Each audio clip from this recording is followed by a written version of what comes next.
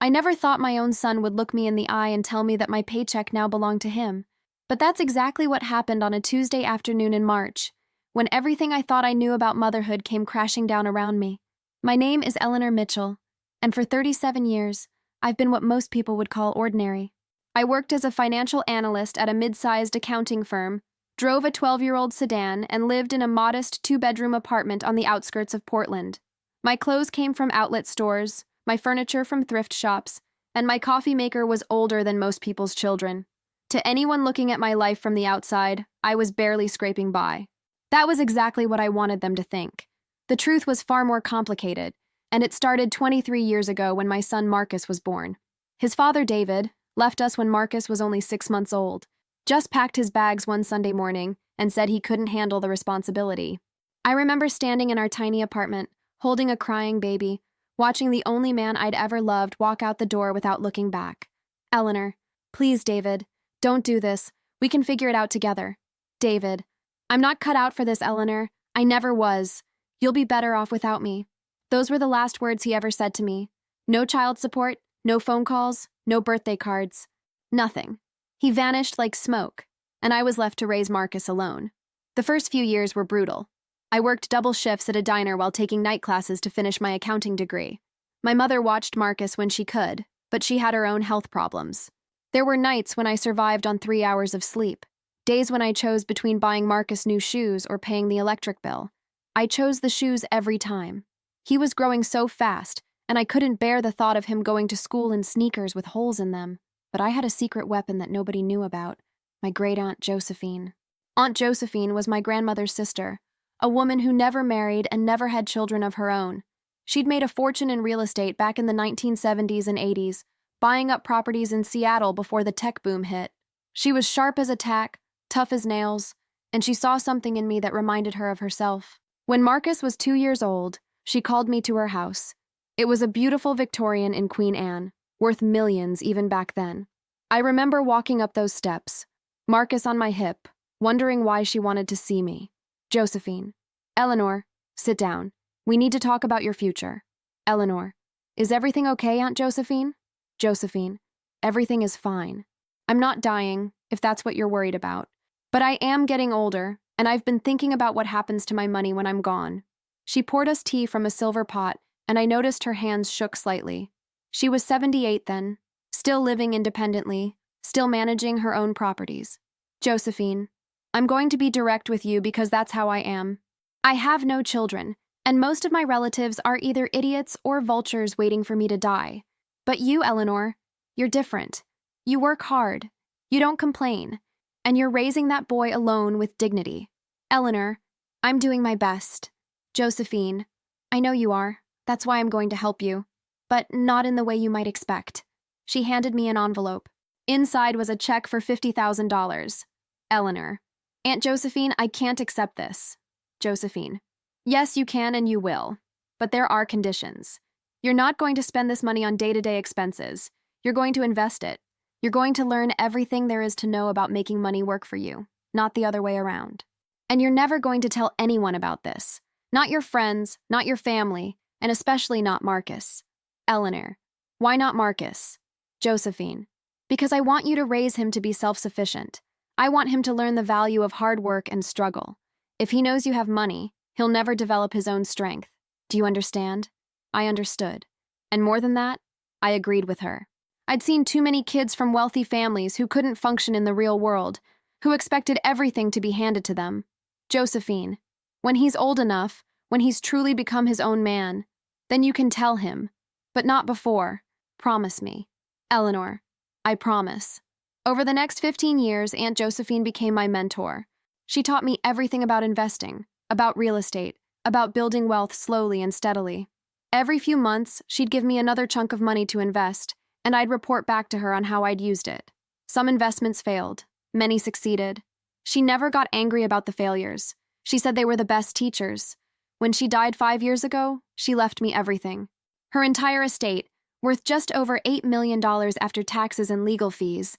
I was 42 years old, and suddenly wealthier than I'd ever imagined possible. But I didn't change anything about my life. I kept my job at the accounting firm. I kept my old car and my modest apartment. I kept shopping at outlet stores and brewing coffee in my ancient coffee maker. The only difference was that now, instead of managing Aunt Josephine's investments, I was managing my own. Marcus never knew. He grew up thinking we were poor, that I struggled to make ends meet, and in a way, I let him think that because I wanted him to develop his own work ethic, his own sense of responsibility, I wanted him to become the kind of man who could stand on his own 2 feet. But something went wrong along the way. Marcus was a smart kid, always had been. He got good grades in school without trying too hard, and he was popular with the other children. But as he got older, I started to notice a sense of entitlement creeping in. He expected things to be given to him. He complained when he had to work for something. When he was 16, he wanted a car for his birthday. Marcus: all my friends have cars, Mom. I'm the only one who has to take the bus. Eleanor: then maybe it's time you got a job and started saving for one. Marcus: a job? I'm in school. I don't have time for a job. Eleanor: I worked full-time while going to school and raising you. You can handle a part-time job? He was furious with me. Slammed his bedroom door so hard the pictures on the wall rattled, but I held firm. 2 weeks later, he got a job at a local pizza place, and 6 months after that, he'd saved enough for a down payment on a used Honda. I helped him with the financing, but he made every payment himself. I was proud of him. College was another battle. He wanted to go to a private university that cost $60,000 a year. I told him we couldn't afford it, that he'd need to either go to state school or get scholarships. He was angry again, but he buckled down, improved his grades, and earned a partial scholarship to a good state university. Not the school of his dreams, but a solid education that wouldn't bury him in debt. I thought I was doing the right thing. I thought I was teaching him responsibility and self-reliance. But looking back now, I wonder if I went too far in the other direction. Marcus graduated 3 years ago with a degree in business administration. He moved back home to save money while he looked for work, and I was happy to have him. But the job market was tougher than he expected. He sent out hundreds of applications and went on dozens of interviews, but nothing materialized.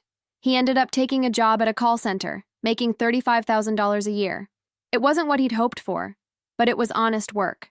I encouraged him to keep applying for better positions, to network, to keep pushing forward, but I could see his frustration growing. He'd watch his college friends post on social media about their jobs at tech companies or consulting firms, and I could see the jealousy eating away at him. Then he met Vanessa. Vanessa was everything I'd worried about in a partner for Marcus. She was materialistic, status-conscious, and seemed to judge people entirely by what they owned and how much money they made. She worked as a social media influencer, though as far as I could tell, she had maybe 10,000 followers and made almost nothing from it. She lived with her parents in a massive house in West Lynn, drove a BMW they'd bought her, and seemed genuinely confused by the concept of paying for anything herself. Vanessa: oh my God, Eleanor, you're so lucky you don't have to worry about all this modern pressure. Like, I spend hours every day maintaining my brand, and it's exhausting. Eleanor: it sounds very demanding. Vanessa: right? And Marcus totally gets it. He's been so supportive of my career. I bit my tongue. What career? But Marcus was 25 years old, and I couldn't tell him who to date. The real trouble started about 6 months ago. Marcus and Vanessa started talking about getting engaged. I was happy for him, even though I had my doubts about Vanessa. But then they started planning their life together, and apparently, that life required a lot more money than Marcus was making. Marcus: Mom, we need to talk about our financial situation. Eleanor: our financial situation? Marcus: yeah, mine and yours. Look, I'm trying to build a life here, and I can't do it on my salary. Vanessa and I want to get our own place, but rent in Portland is insane. Eleanor: maybe you need to look at areas outside the city, or wait until you've saved more. Marcus: we shouldn't have to wait. You're my mother. You're supposed to help me. There was something in his tone that made my stomach tighten. This wasn't my son asking for advice or support. This was someone making a demand. Eleanor: I do help you, Marcus. You live here rent-free. I buy the groceries. I pay the utilities. Marcus: that's not enough. Vanessa's parents bought her sister and her husband a condo when they got married. A whole condo. Eleanor: Vanessa's parents have a lot more money than I do. Marcus: do they, though? Or are you just bad with money? I felt like he'd slapped me. After everything I'd sacrificed, all the years of working multiple jobs and going without so he could have what he needed, he was calling me bad with money. Eleanor: Marcus, that's not fair. Marcus: what's not fair is that I had to grow up wearing secondhand clothes and eating ramen while you did nothing to improve our situation. What's not fair is that I had to work through college while my friends' parents paid for everything. What's not fair is that you're still living like we're poor when you've been working for 30 years. Every word was like a knife. I wanted to tell him the truth right then, to explain that I had more money than Vanessa's parents probably dreamed of, that I'd been protecting him and teaching him to be independent. But something stopped me. Maybe it was pride, or maybe it was the realization that revealing my secret now would only make things worse. Over the next few months, Marcus's resentment grew. He started making comments about my lifestyle, my car, my clothes. He questioned every purchase I made as if it was his business. He started having conversations with Vanessa within my earshot about how his mother was holding him back. Then came that Tuesday in March. I'd just gotten home from work, still in my office clothes, when Marcus cornered me in the kitchen. Vanessa was there too, standing behind him like a silent supporter. Marcus. Mom, sit down. Vanessa and I have been talking, and we've made a decision. Eleanor. What kind of decision? Marcus. About your finances. About our finances, really, since we're a family. Something cold settled in my chest. I sat down at the kitchen table, and they sat across from me like this was a business meeting. Marcus, here's the situation. You're 59 years old. You're not good with money, clearly. Otherwise, you'd have more to show for all these years of work. Vanessa and I are young. We understand modern economics, and we know how to make money work. Vanessa, we've been watching all these financial literacy videos on YouTube. We really get it now. I almost laughed. They'd watched some YouTube videos and now thought they were financial experts. Marcus, so here's what's going to happen. From now on, your paycheck goes into my account. All of it. I'll manage the money for the household, and I'll give you an allowance for your personal expenses. I stared at him, genuinely unable to process what I was hearing. This was my son, the baby I'd held while his father walked away, the child I'd sacrificed everything for. And he was sitting in my kitchen, telling me that he was taking control of my paycheck. Eleanor, you want me to give you my paycheck? Marcus, it's for your own good, Mom. You've proven you can't handle money. This way we can finally start building some wealth as a family. Vanessa and I will make sure the bills are paid, and we'll invest the rest. Vanessa, we're actually doing you a favor. Like, we could just let you keep struggling, but we care about you. The condescension in her voice was breathtaking. This girl who'd never paid for anything in her life was telling me she was doing me a favor by taking my money. Eleanor, and what if I say no? Marcus's face hardened. It was an expression I'd never seen on him before, and it frightened me. Marcus, then Vanessa and I will move out, and you'll be on your own. Completely on your own. No help, no family, nothing. Is that what you want? Eleanor, you're threatening me? Marcus, I'm giving you options. You can either be part of this family and contribute properly, or you can be alone. Your choice. I looked at my son, really looked at him, and realized I didn't recognize the man sitting in front of me. When had he become this person? When had he learned to speak to me this way? Eleanor, I need time to think about this. Marcus, you have until the end of the week, Friday. That's when I want your bank information and for you to set up the direct deposit into my account. They stood up and walked out of the kitchen like they'd just conducted a successful business negotiation. I sat there alone, my hands shaking, feeling like my entire world had just tilted on its axis. That night, I didn't sleep. I lay in bed staring at the ceiling, replaying the conversation over and over in my mind. My first instinct was to tell Marcus the truth right then, to show him my bank statements and watch his face change. But the more I thought about it, the more I realized that wouldn't solve the real problem. The real problem was that I'd raised a son who thought it was acceptable to demand his mother's paycheck, who threatened to abandon me if I didn't comply, who looked at me not as his mother, but as a resource to be managed and controlled. Telling him about the money wouldn't change that. It might shock him, might make him apologize, but it wouldn't address the fundamental flaw in his character. If anything, it might make things worse. He'd be angry that I'd kept it from him, or he'd suddenly be very interested in maintaining a relationship, but for all the wrong reasons. I needed a different approach. I needed to teach him the same lessons Aunt Josephine had taught me, but in a way that would actually reach him. And I needed to do it in a way that would show me who he really was underneath this entitled exterior. So I made a decision. I would give him exactly what he asked for. The next morning, I called in sick to work and spent the day setting things up. I opened a new checking account and had my paycheck direct deposited there. The account would show deposits of $3,200 twice a month, which was roughly what someone in my position at the firm would make. In reality, my actual salary was significantly higher. but the difference went into my investment accounts, which Marcus knew nothing about. On Friday evening, I sat down with Marcus and Vanessa and handed them a folder with the banking information. Eleanor, here's what you asked for. My paycheck will go into this account starting next month. You'll have full access to manage it. Marcus looked surprised, like he'd expected more of a fight. Marcus, really? You're okay with this? Eleanor, you made a compelling argument. You're right that I'm getting older, and maybe I haven't managed money as well as I should have. If you think you can do better, I'm willing to let you try. Vanessa, oh my God, Eleanor, this is so mature of you. Like seriously, most parents would be totally defensive. Eleanor, I just want what's best for all of us. Marcus actually smiled at me, the first genuine smile I'd seen from him in months. Marcus, thanks, Mom. You won't regret this. Vanessa and I are going to turn things around for this family. I smiled back, but inside, my heart was breaking. Because in that moment, I knew that my son hadn't demanded control of my finances because he wanted to help me.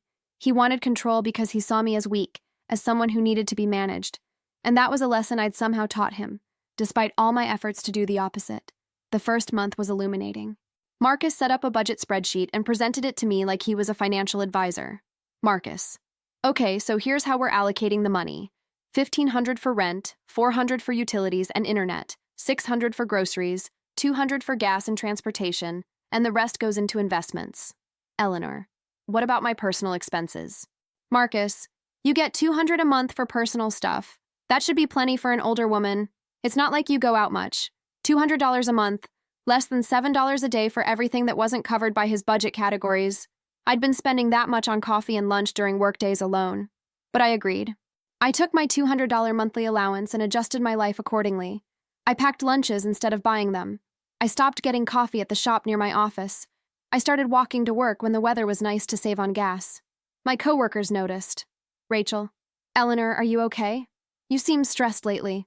Eleanor, I'm fine, Rachel. Just trying to be more mindful of my spending. Rachel, is everything all right at home? I wanted to tell her. Rachel had been my friend for 15 years. But I couldn't, not yet. This needed to play out. The second week of the new arrangement, I came home to find Marcus and Vanessa unpacking groceries. Expensive groceries. Organic produce, premium cuts of meat, imported cheeses, craft beer, fancy desserts. I watched as they filled the refrigerator with items that cost 3 or 4 times what I would have paid for similar products. Eleanor, Marcus, this looks like a lot of expensive food.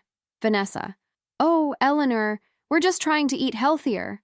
You know, clean eating is so important for our content creation. Our followers can tell when we're not taking care of ourselves. Marcus, it's an investment in our health, Mom. Besides, this is what the grocery budget is for. I looked at the bags still on the counter. They'd easily spent $800, maybe more. The budget Marcus had created allocated $600 for groceries for the entire month, and they'd just blown past that in one shopping trip. Eleanor, but the budget you showed me said $600 for the month. Marcus, yeah, well, budgets are flexible. We'll make it work. But they didn't make it work. By the third week of the month, I noticed we were running low on basics. No coffee, no bread, no milk. When I asked about it, Marcus looked uncomfortable. Marcus, we went a little over on the grocery budget. You'll have to make do until next month's paycheck comes in. Eleanor, make do with what? There's barely any food in the house.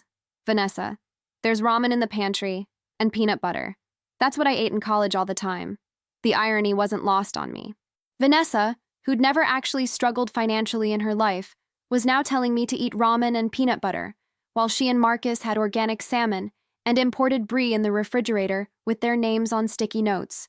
Meanwhile, at home, Marcus and Vanessa were living very differently than they expected me to live. I'd come home from work to find takeout containers from expensive restaurants on the counter. Not just any restaurants, but the kind of places where a single entree cost $50 or $60. I recognized the names from the food section of the newspaper, the hotspots where Portland's young professionals went to see and be seen. One evening, I counted 7 different takeout containers in the recycling bin. 7 meals from expensive restaurants in 1 week. I did the math in my head. At an average of $40 per meal, that was nearly $300 on restaurant food alone. Eleanor, Marcus, are we really ordering out this much? Marcus, Vanessa and I are networking, Mom. We meet people at these restaurants. Influencers, entrepreneurs, potential collaborators. It's not just food, it's building our network. Eleanor, And who's paying for all this networking? Marcus. It comes out of the household budget. But like I said, it's an investment. Once our influencer careers take off, we'll be making way more than your paycheck anyway. I'd see shopping bags from designer stores in Marcus's room. Nordstrom, Anthropologie, Lululemon, Theory. High-end brands that I'd never bought from even when I could afford them. When I asked about it, he had an explanation ready. Marcus. Vanessa and I are investing in our personal brands. You have to spend money to make money, Mom. We're going to be influencers, and we need to look the part. Our followers expect us to have a certain aesthetic. Eleanor. With my paycheck? Marcus. It's family money now, remember? We're all contributing to the family's success. But I wasn't seeing any family success. I was seeing my son and his girlfriend living beyond their means while I scraped by on $7 a day. I watched Vanessa come home with a new designer handbag that probably cost more than my entire monthly allowance. I watched Marcus unbox a new laptop, explaining that his old one was too slow for editing videos. I watched them install a ring light and professional microphone setup in the living room for their content creation. One Saturday morning, I came out of my bedroom to find them filming a video about morning routines. They'd laid out an elaborate breakfast spread on the dining table. Fresh squeezed orange juice, avocado toast with microgreens, acai bowls with elaborate toppings, specialty coffee from a local roaster. The table looked like something from a magazine. Vanessa. Good morning, beautiful people. Today we're showing you how we start our day with intention and nourishment. Self-care isn't selfish. It's essential. After they finished filming, I watched them take a few bites of the food for photos, then throw most of it away. $50 worth of ingredients, purchased with money from my paycheck, straight into the garbage because it had served its purpose for content. And the worst part was watching Marcus justify it all to himself, watching him create elaborate explanations for why it was okay for him to spend freely while restricting me. Marcus, you don't understand social media, Mom. Everything is an investment. Every outfit, every meal, every experience. We're building a brand that will eventually generate passive income. Eleanor, how much have you made from this brand so far? He hesitated, and I could see the discomfort on his face. Marcus, it's early stages. These things take time. But Vanessa got a partnership offer from a skincare company. They're going to send us free products. Eleanor, free products aren't income, Marcus. Vanessa, God, Eleanor, you're so negative. No wonder you've never gotten ahead financially. You don't understand the creator economy at all. I bit my tongue. This girl who'd never paid a bill in her life was lecturing me about financial success. But I held my peace. I needed to see how far this would go. By the end of the second month, the pattern was clear. Marcus would create elaborate budgets and financial plans, presenting them to me with the confidence of someone who'd watched a lot of YouTube videos about money management. But the actual execution was chaotic and self-serving. The investments he talked about were either non-existent or poorly thought out. The expenses kept growing, justified by increasingly creative reasoning. I started documenting everything, not because I needed evidence, but because I wanted to understand how someone could become so disconnected from reality, how my intelligent, educated son could convince himself that spending $1,000 on ring lights and microphones was an investment, while giving his mother $7 a day to live on was responsible financial management. 3 months in, I started noticing other changes. Bills that should have been paid weren't being paid. I got a notice from my insurance company that my payment was late, then a warning from the electric company. Eleanor. Marcus, did you forget to pay the insurance bill? Marcus. No, I paid it. Eleanor. They sent me a late notice. Marcus. That's probably just a mix-up. I'll call them. But the notices kept coming. Slowly, I realized that Marcus wasn't managing the money at all. He was spending it primarily on himself and Vanessa, and then scrambling to cover the actual bills when they became urgent. One afternoon, I came home early from work with a headache and found Marcus frantically working on his laptop at the kitchen table, surrounded by bills and statements. He looked panicked and didn't notice me at first. I watched him for a moment, saw the stress etched on his face, the way his hands trembled slightly as he typed. Marcus. Come on, come on. There has to be enough. Eleanor. Marcus? He jumped, nearly knocking over his coffee mug. Marcus. Mom, you're home early. Eleanor. I wasn't feeling well. What's going on here? He looked at the papers spread across the table, then back at me. I could see him calculating what to tell me, how much to reveal. Marcus. Just managing the bills. Everything's fine. But everything clearly wasn't fine. I could see past due notices, final warnings, threatening letters from creditors. I picked up one of the papers. Eleanor. Marcus, this is a disconnect notice from the water company. We're 3 months behind on the water bill. Marcus. I know, I'm handling it. Eleanor. How are you handling it? By ignoring it until they shut off our water? Vanessa. Oh my God, they can't shut off our water. How am I supposed to shower? How am I supposed to film my skincare routine? I looked at her, really looked at her, and saw someone completely disconnected from reality. She wasn't worried about not having water for basic needs. She was worried about her content creation. Eleanor. Marcus, I need to see all of it. Every bill, every statement, everything. Marcus. Mom, I don't think that's necessary. Eleanor. I think it's very necessary. This is my name on these accounts. My credit on the line. Show me. Reluctantly, he gathered all the papers and handed them to me. As I went through them, the picture became clearer and more disturbing. The electricity bill was 2 months overdue. The internet bill had gone to collections. My car insurance had been canceled for non-payment. Credit card bills that I didn't even know existed were showing balances in the thousands. Eleanor. Marcus, where is my money going? Marcus. I told you I've been investing it. Eleanor. In what? Show me these investments. He pulled up his laptop and showed me his investment portfolio. It was a mess of penny stocks, cryptocurrency, and something called an NFT marketplace that I didn't understand. The total value of everything he'd put money into was less than half of what he'd invested. Eleanor. You've lost thousands of dollars. Marcus. It's a temporary dip. The market fluctuates. You have to be patient with investments.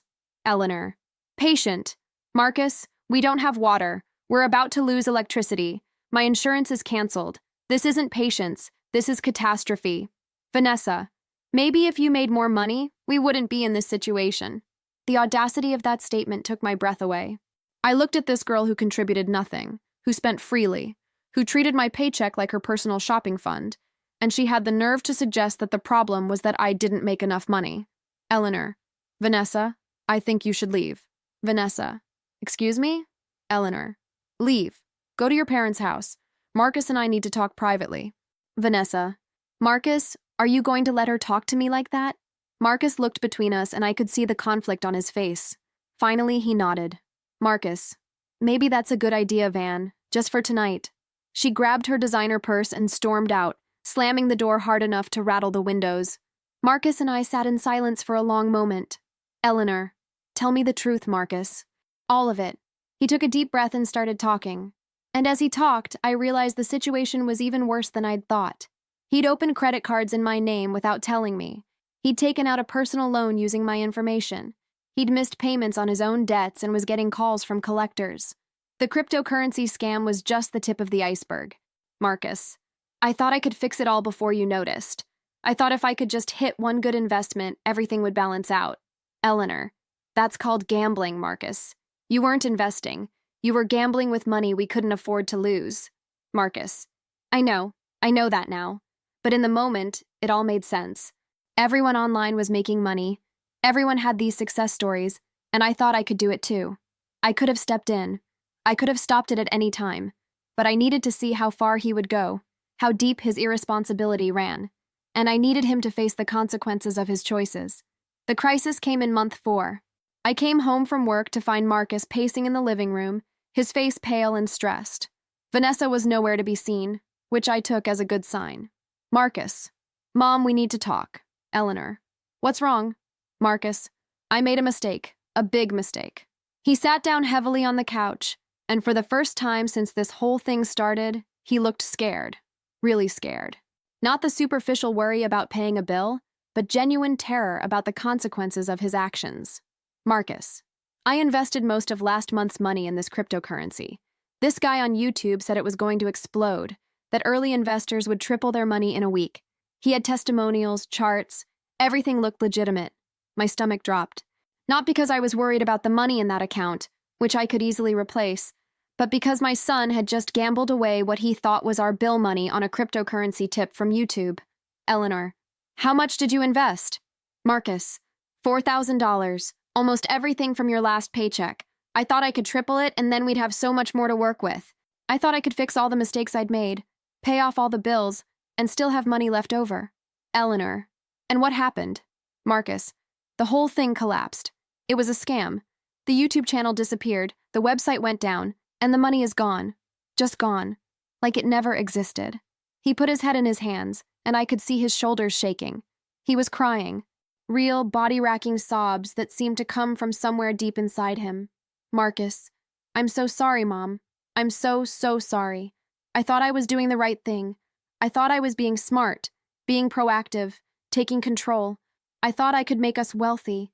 I thought I could prove that I was better at this than you were. And instead, I've ruined everything. Now we can't pay rent or the electric bill or anything. I've destroyed us. I should have felt vindicated. This was exactly what I'd expected would happen when I gave him control. But looking at my son breaking down on the couch, all I felt was sad. Sad that he'd had to learn this way. Sad that his arrogance had led him here. Sad that our relationship had deteriorated to this point. I sat down next to him, close but not touching. I let him cry for a few minutes, let him feel the full weight of what he'd done. Sometimes the most important lessons come in moments of complete devastation. Eleanor. Marcus, look at me. He raised his head slowly, his eyes red and swollen, his face blotchy from crying. He looked young suddenly, vulnerable in a way I hadn't seen since he was a child. Eleanor. Why did you demand control of my paycheck? The question seemed to catch him off guard. He wiped his eyes with the back of his hand and took a shaky breath. Marcus. Because I thought I could do better. Because Vanessa kept saying her parents had money and we didn't, and I was embarrassed. I was ashamed of where we lived, what we drove, how we looked compared to her family. I wanted to prove that I was smart, that I could succeed where you'd failed. I wanted to be the hero who fixed everything. Eleanor. And do you still think you're smarter than me? He shook his head slowly, emphatically. Marcus. No. God, no. I'm an idiot. I'm worse than an idiot. I'm someone who hurt the person who loved him most because I was too arrogant to see my own limitations. I took your money, the money you worked so hard for, and I threw it away on stupid schemes and expensive food and things that didn't matter because I wanted to feel important. Eleanor. Why did you think I'd failed? Marcus. Because we never had anything. We lived in cheap apartments, you drove old cars, we never went on vacations. I watched my friends' families buy new houses and go to Europe and drive nice cars, and we just stayed where we were. I thought you were just bad with money, that you didn't know how to get ahead, that you were stuck in some kind of poverty mindset that kept us down. The words hurt, but I needed to hear them. I needed to understand how deep his misconceptions went. Eleanor. Did you ever ask me about it? About why we lived the way we did? Marcus. No, I just assumed. And Vanessa reinforced it. She'd say things like how sad it was that you'd worked your whole life and had nothing to show for it. And I believed her because it matched what I wanted to believe. Eleanor. What did you want to believe? Marcus. That I was smarter than you. That your generation didn't understand money the way mine did. That I could fix everything if you'd just let me. He started crying again, but quieter this time. Marcus. I'm sorry, Mom. I'm so sorry for every cruel thing I said. Every condescending look. Every time I made you feel small or incompetent. You didn't deserve any of it. You've only ever tried to take care of me, and I repaid you by treating you like you were the child and I was the parent. I took a deep breath. This was the moment where I could reveal everything and watch his world shift. But I hesitated because I needed to understand something first. Eleanor, if I told you right now that I had money, a lot of money, what would you do? Marcus, what do you mean? Eleanor, just answer the question. If you found out I was wealthy, that I'd been wealthy for years but kept it secret, how would you feel? He was quiet for a long moment, really thinking about it. I could see him working through the implications, imagining the scenario. Marcus, honestly, I'd be angry at first. Really angry. I'd feel betrayed, like you'd been lying to me my whole life. I'd wonder why you let me struggle when you could have helped me. I'd probably say things I'd regret, accuse you of being cruel or manipulative. Eleanor, would you try to understand why I kept it secret? Marcus, probably not right away. I'd be too angry, too hurt, too confused. But maybe eventually, if you explained it? I don't know. It would depend on the reason. His honesty was actually encouraging. At least he was being truthful now, facing himself without the usual deflection and justification. Eleanor, and what about Vanessa? If she knew I had money, would she still be with you? That question seemed to hit him harder than the previous ones. His face changed, and I could see understanding dawning in his eyes. Marcus, no, probably not. Or if she stayed, it would be for the wrong reasons. She'd suddenly be very interested in being part of this family, very invested in our relationship. But it wouldn't be about me. It would be about what she could get. Eleanor, do you love her? He hesitated, and that hesitation told me everything I needed to know. Marcus, I thought I did. But watching how she's acted since we took over your paycheck, how she's been spending money we didn't really have, how she's pushed me to invest in these risky things, how she's treated you, I don't know anymore. I think maybe I loved the idea of her, the status she represented, the life she seemed to offer. But the real her? The person who throws away $50 of food for a photo? The person who tells you to eat ramen while she orders $60 entrees? I don't think I even like that person, let alone love her. Eleanor, that's an important realization, Marcus. We sat in silence for a few minutes. I could hear the clock ticking on the wall, cars passing outside, the hum of the refrigerator in the kitchen. I could feel the weight of the moment, the turning point we were approaching. Eleanor, I'm going to tell you something, Marcus, but first, I need you to understand why I'm telling you now and not before. Can you do that? Can you listen to the whole story before you react? He looked at me with a mixture of hope and fear and curiosity. Marcus, yes, I promise. I'll listen. Eleanor, when you were 6 months old, your father left us, just walked away without looking back. I was 22 years old with a baby, no college degree, and no money. I worked 2 jobs while going to school at night. I went without meals so you could eat.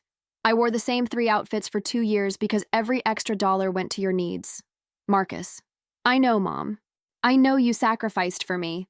Eleanor, but what you don't know is that when you were 2 years old, my great-aunt Josephine took an interest in us. She was wealthy, very wealthy, from real estate investments, and she saw something in me that she admired. She saw determination, resilience, strength. She started teaching me about investing, about building wealth, about making money work for me instead of working for money. Marcus's eyes widened slightly, and I could see him starting to piece things together. Eleanor, she gave me money to invest, taught me strategies, mentored me for 15 years. When she died 5 years ago, she left me her entire estate. After taxes and legal fees, it came to just over $8 million. The color drained from Marcus's face completely. He looked like I just told him the sky was green and the grass was blue. His mouth opened and closed several times before any sound came out. Marcus, 8 million? You have $8 million? Eleanor, yes, I do. I've been managing it carefully, investing it wisely, growing it steadily. I still work because I enjoy my job and because it provides structure and purpose to my life. But I don't need the paycheck. I haven't needed it for the last 5 years. Marcus, then why? Why did you let me think we were poor? Why did you live like this? Why did you let me grow up thinking we were struggling? His voice was rising, and I could hear the anger starting to creep in alongside the confusion. Eleanor, because Aunt Josephine made me promise that I wouldn't tell you about the money until you'd become your own man. She believed, and I agreed, that knowing about wealth would rob you of the chance to develop your own strength, your own work ethic, your own character. Marcus, so you just let me grow up thinking we had nothing? Eleanor, I gave you everything you needed, Marcus. You had food, shelter, clothes, education. What you didn't have was excess. You didn't have luxury handed to you. And that was intentional because I wanted you to learn to work for what you wanted. He stood up and started pacing, his hands in his hair. Marcus, this is insane. You're telling me that this whole time, while I was working at that call center, while I was driving my crappy car, while Vanessa was making fun of our apartment, you were secretly a millionaire? Eleanor, yes. Marcus, and you let me take control of your paycheck, knowing it was a tiny fraction of what you actually have? Eleanor, yes. Marcus, why? Why would you do that? I stood up and walked over to him, putting my hands on his shoulders to stop his pacing. Eleanor, because you needed to learn what Aunt Josephine taught me. You needed to learn that money isn't magic, that there are no shortcuts, that you can't watch a few YouTube videos and suddenly become a financial genius. You needed to fail, Marcus. You needed to feel the weight of responsibility and the consequences of poor decisions. Marcus, you set me up to fail. Eleanor, no. I gave you exactly what you asked for. You're the one who decided to gamble our bill money on a cryptocurrency scam. You're the one who spent family money on takeout and designer clothes while giving me a $7 a day allowance. I didn't make those choices. You did. Tears were streaming down his face now, but they weren't tears of shame anymore. They were tears of understanding, of recognition, of something breaking open inside him. Marcus, I've been such an ass to you. I've been ungrateful and entitled and horrible. Eleanor, yes, you have been. Marcus, and you let me be that way so I could see it for myself. Eleanor, I couldn't tell you who you were becoming, Marcus. You had to discover it yourself, and you had to face the consequences of your choices. He collapsed back onto the couch, his head in his hands again.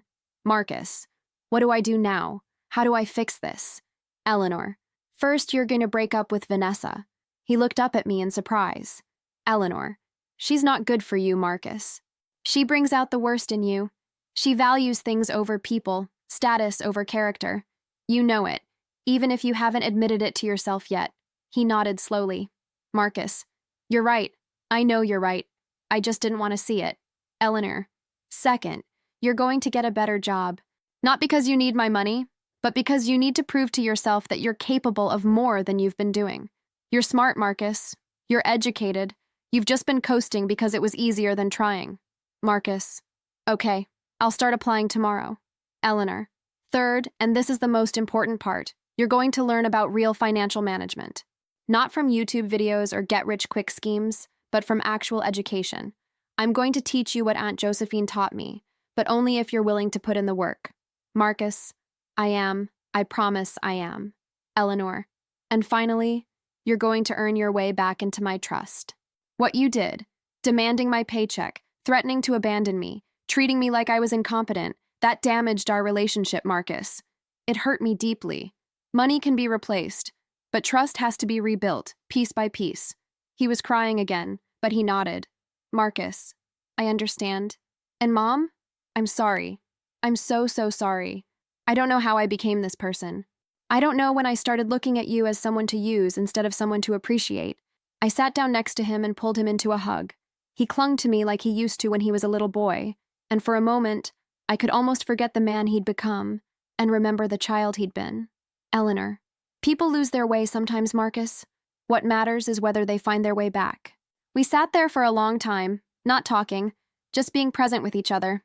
Eventually, Vanessa came home, loaded down with shopping bags from stores I knew she couldn't afford. Vanessa, oh, good, you're both here. Marcus, I found the most amazing dress for the gala next month. It was only $800, which is like a total steal for designer. She stopped when she saw our faces. Vanessa, what's wrong? Did something happen?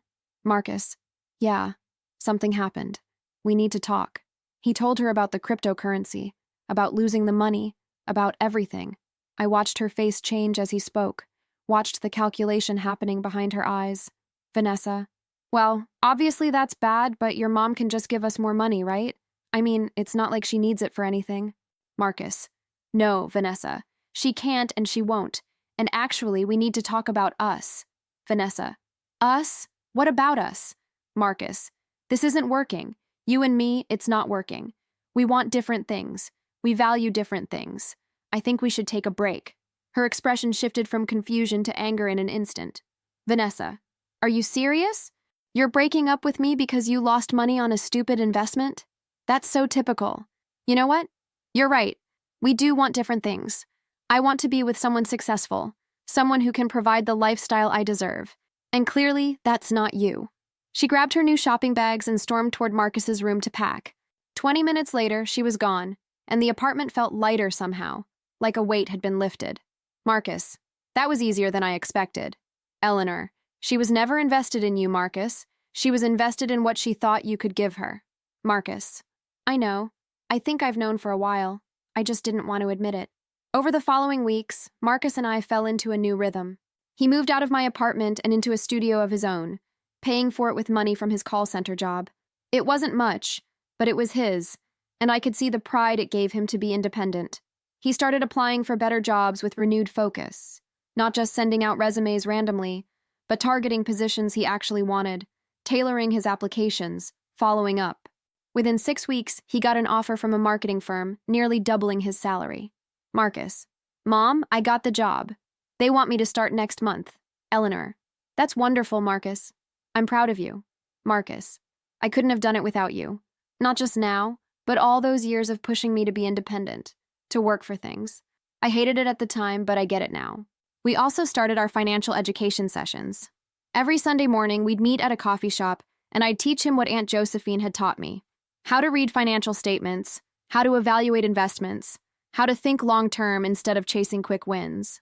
He was a good student, better than I expected. He asked thoughtful questions and did his own research between our sessions. He opened his own investment account and started putting small amounts away each month, building his portfolio carefully and deliberately. But the real change was in how he treated me. He called regularly just to check in, not to ask for anything. He invited me to dinner at his studio apartment, cooking meals himself instead of ordering takeout. He listened when I talked about my work, my hobbies, my life beyond being his mother. One Sunday, about 4 months after the big revelation, we were sitting in our usual coffee shop when he said something that surprised me. Marcus. I was talking to Aunt Rachel the other day. Eleanor. Oh, how is she? Marcus. She's good, but she told me something interesting. She said that when I was about 10 years old, I got really sick and had to go to the hospital. She said the bill was enormous, like $50,000, and she remembered you being stressed about it. Eleanor. I remember. You had pneumonia and complications. It was a scary time. Marcus. But she said the bill got paid, all of it, within a month, and she always wondered how you did it. I smiled. I'd forgotten about that. It was one of the few times I'd had to dip into Aunt Josephine's money for something immediate and urgent. Marcus. It was Aunt Josephine's money, wasn't it? Even back then you were using it, but only for emergencies, only for things that really mattered. Eleanor. Yes. Aunt Josephine told me that the money was for building a future, but that your health and safety always came first. So when you got sick, I didn't hesitate. Marcus. All this time, I thought you'd struggled to pay that bill, maybe even gone into debt, but you just took care of it and never said anything. Eleanor. That's what parents do, Marcus. We take care of things. We protect our children. Sometimes that means hiding our struggles, and sometimes it means hiding our strengths. He reached across the table and took my hand. Marcus.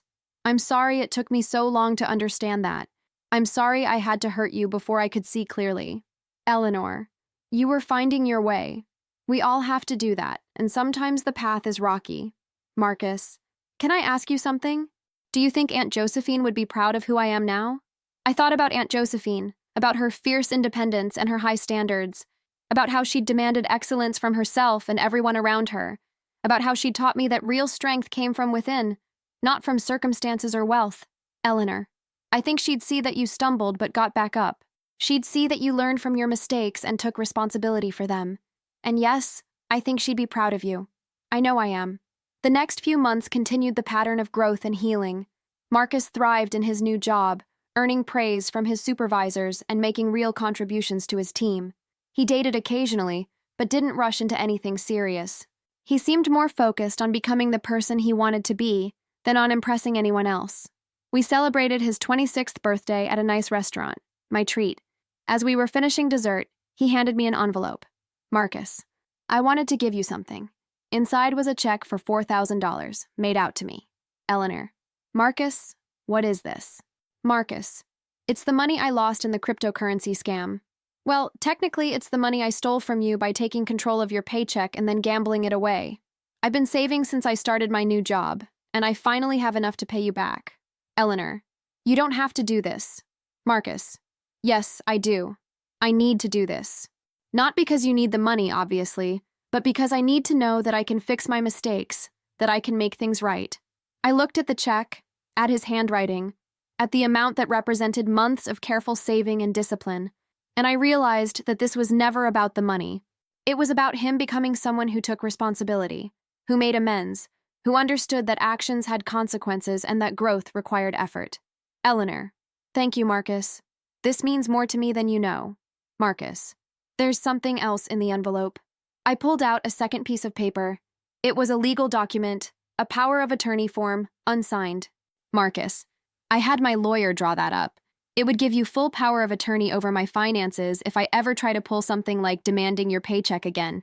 It's a reminder to myself that I never want to be that person again, the person who would try to control you or manipulate you or take advantage of your love. I felt tears forming in my eyes. Eleanor. You've really changed, haven't you? Marcus. I'm trying to. Every day I'm trying to be better than I was the day before, to be the kind of man you can be proud of, the kind of man Aunt Josephine would have respected. Eleanor, you already are that man, Marcus. You made mistakes, but you've owned them and learned from them. That's all anyone can ask. He smiled, and for the first time in years, I saw genuine peace in his eyes. That conversation at the restaurant marked a turning point in our relationship. We weren't just mother and son anymore. We were partners in a shared journey of growth and understanding. Marcus continued to flourish in his career, eventually getting promoted to senior marketing analyst. He moved into a nicer apartment, bought a decent car, and started building a life he could be proud of. More importantly, he maintained the values he'd learned through our ordeal. He was careful with money, but not cheap. He was generous, but not wasteful. He worked hard, but remembered to enjoy life. He dated a woman named Jennifer who worked as a teacher, someone who valued character over status, and their relationship seemed healthy and balanced. As for me, I continued working at the accounting firm for another year before finally deciding to retire. Marcus was horrified when I told him I was still working. Marcus, Mom, you have $8 million. Why are you still getting up at 6 in the morning to go to an office? Eleanor, because I like my work, and because having money doesn't mean you stop being productive. Aunt Josephine taught me that wealth is a tool, not a destination. Marcus, so what are you going to do when you retire? Eleanor, I'm going to travel. I'm going to volunteer. I'm going to take art classes and learn to play piano. I'm going to do all the things I've been putting off while I was focused on raising you and building security. Marcus, can I come visit you sometimes? Wherever you're traveling. Eleanor, I'd like that very much. On my last day of work, my colleagues threw me a party. Rachel pulled me aside as things were winding down. Rachel, I'm going to miss you, Eleanor. You've been a rock in this office for so many years. Eleanor, I'll miss you too, Rachel. Rachel, can I ask you something? That rough patch you went through earlier this year, when you seemed so stressed and tired, what was that about? I'd never told anyone at work what had happened with Marcus. It had seemed too personal, too complicated to explain. Eleanor, it was a family issue. My son was going through something, and I was helping him work through it. Rachel, is everything okay now? Eleanor, everything is better than okay. It's wonderful. And it was true. My relationship with Marcus was stronger than it had ever been, built on mutual respect and understanding rather than obligation and expectation. He'd learned the value of hard work and the dangers of entitlement. He'd discovered that respect had to be earned, not demanded. And most importantly, he'd learned that love wasn't about control or possession, but about trust and freedom. As I drove home from my retirement party, I thought about Aunt Josephine and the promise I'd made to her all those years ago. She'd asked me to keep the money secret until Marcus became his own man, and though the path had been more difficult than either of us could have anticipated, I'd kept that promise. And in the end, the secret hadn't been about the money at all. It had been about giving Marcus the space and the challenges he needed to develop into someone strong and capable and good. I thought about that Tuesday in March when Marcus had demanded my paycheck, when he'd threatened to abandon me if I didn't comply. At the time, it had felt like a betrayal, like everything I'd done had been for nothing. But looking back now, I could see it as the catalyst we both needed, the moment when everything had to break so it could be rebuilt properly. That evening, Marcus came over for dinner, something he did regularly now. As we were cooking together in my kitchen, he suddenly stopped and looked at me. Marcus, Mom, can I ask you something? Eleanor, of course. Marcus, when I demanded your paycheck, when I was at my absolute worst, did you ever think about just kicking me out? Just telling me to leave and figure it out on my own? I considered the question carefully, wanting to give him an honest answer. Eleanor, there were moments when I was very angry, moments when I wanted to tell you everything just to see the shock on your face. But I never wanted you to leave, Marcus. Even when you were being terrible, even when you hurt me, you were still my son. And I believed that underneath the entitlement and the selfishness, there was still the good person I'd raised. Marcus, what if you'd been wrong? What if I'd never changed? Eleanor, then I would have been sad, but I still would have loved you. That's what parents do. We don't stop loving our children because they disappoint us. We love them through their mistakes and hope they find their way. He was quiet for a moment, stirring the pasta sauce on the stove. Marcus, I want to be that kind of parent someday. The kind who loves unconditionally but also holds their kids accountable. The kind who teaches by example rather than just by rules. Eleanor, you will be, Marcus. You've learned what it means to fail and to get back up. That's the most important lesson of all. We finished cooking and sat down to eat. As we did, Marcus told me about his plans for the future. He and Jennifer were talking about getting engaged.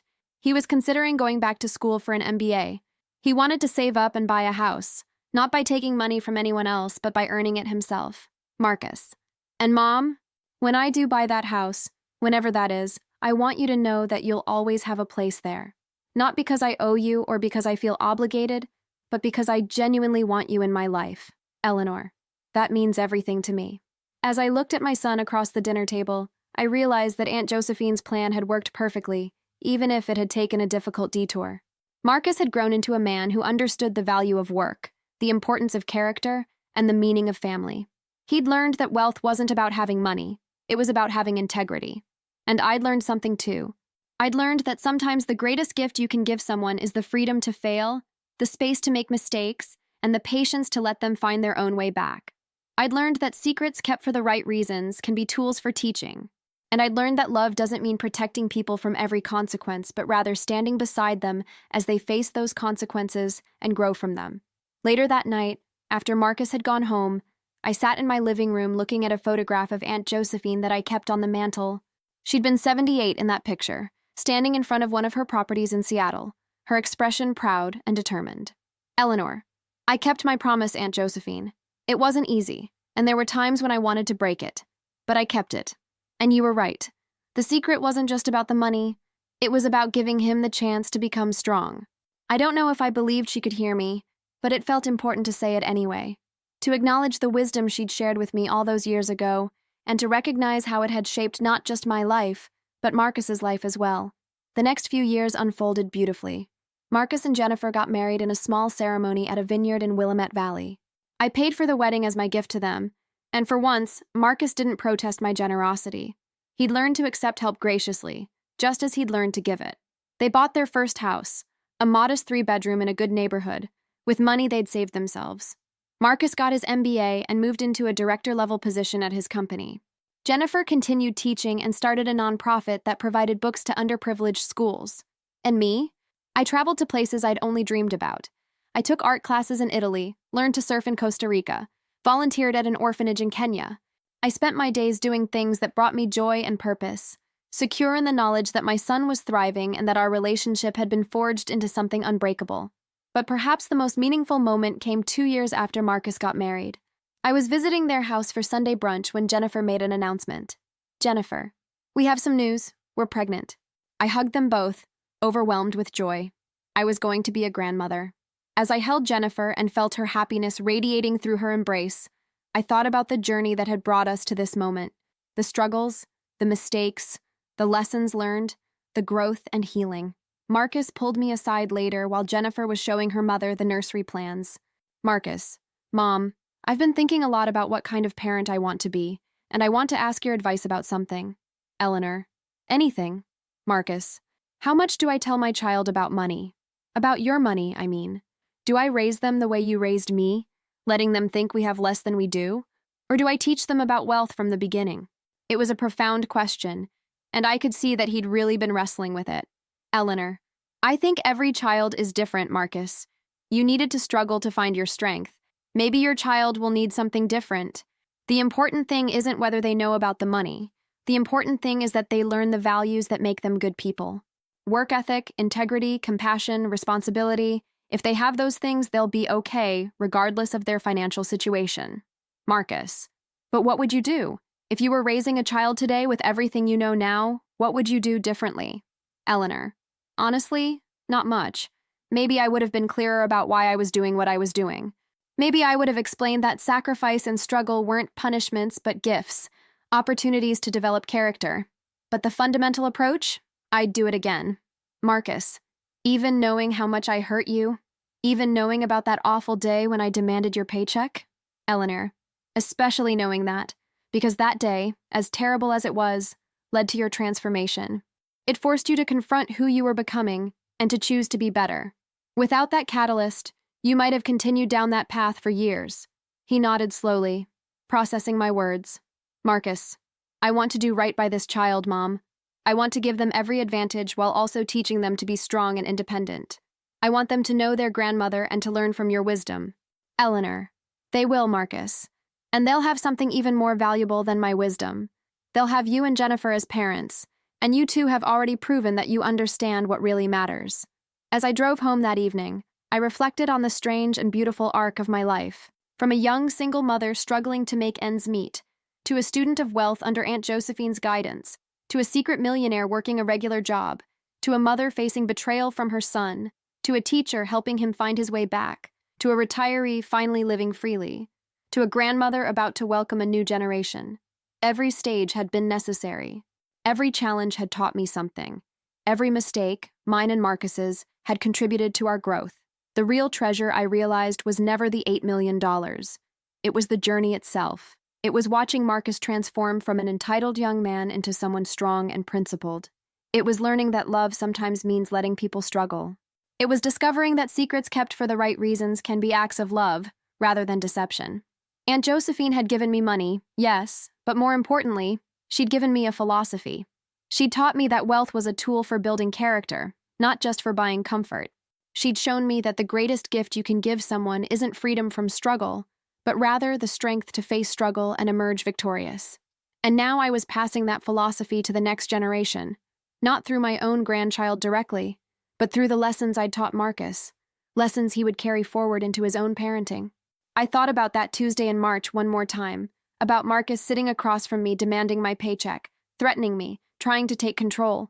At the time, it had felt like the worst moment of my life, but now I could see it as a gift, a painful but necessary gift that had forced both of us to grow. Because the truth is, we all need our illusions shattered sometimes. We all need to face the ugly truth of who we've become so we can choose to be better. Marcus needed to hit that bottom, to make those terrible mistakes and face their consequences, before he could rise up and become the man he was meant to be. And I needed to learn that being a good mother didn't mean protecting my son from every hardship or revealing every truth. Sometimes it meant standing back and letting him fail, even when it broke my heart to watch. Sometimes it meant keeping secrets, not to manipulate or control, but to give him the space to find his own strength. As I pulled into my driveway and turned off the engine, I felt a deep sense of peace. My son had demanded my paycheck, thinking he was taking control of a struggling woman's meager earnings.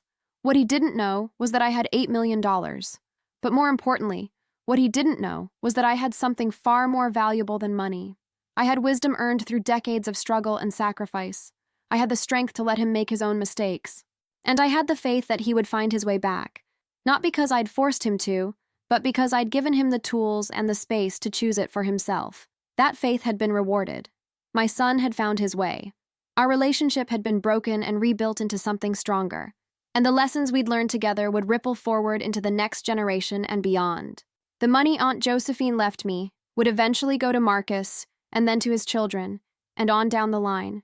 But her real legacy, the one that truly mattered, was the understanding that wealth meant nothing without character, that security meant nothing without strength, and that love meant nothing without trust. As I walked into my house that evening, I smiled. Because I knew that somewhere, somehow, Aunt Josephine was watching all of this unfold, and she was pleased. Not because of the money, but because of what I'd done with the wisdom she'd given me. I'd taken her lessons, and I'd passed them forward, through struggle and pain and eventually triumph, to the next generation. And that, more than any amount of money, was a legacy worth having.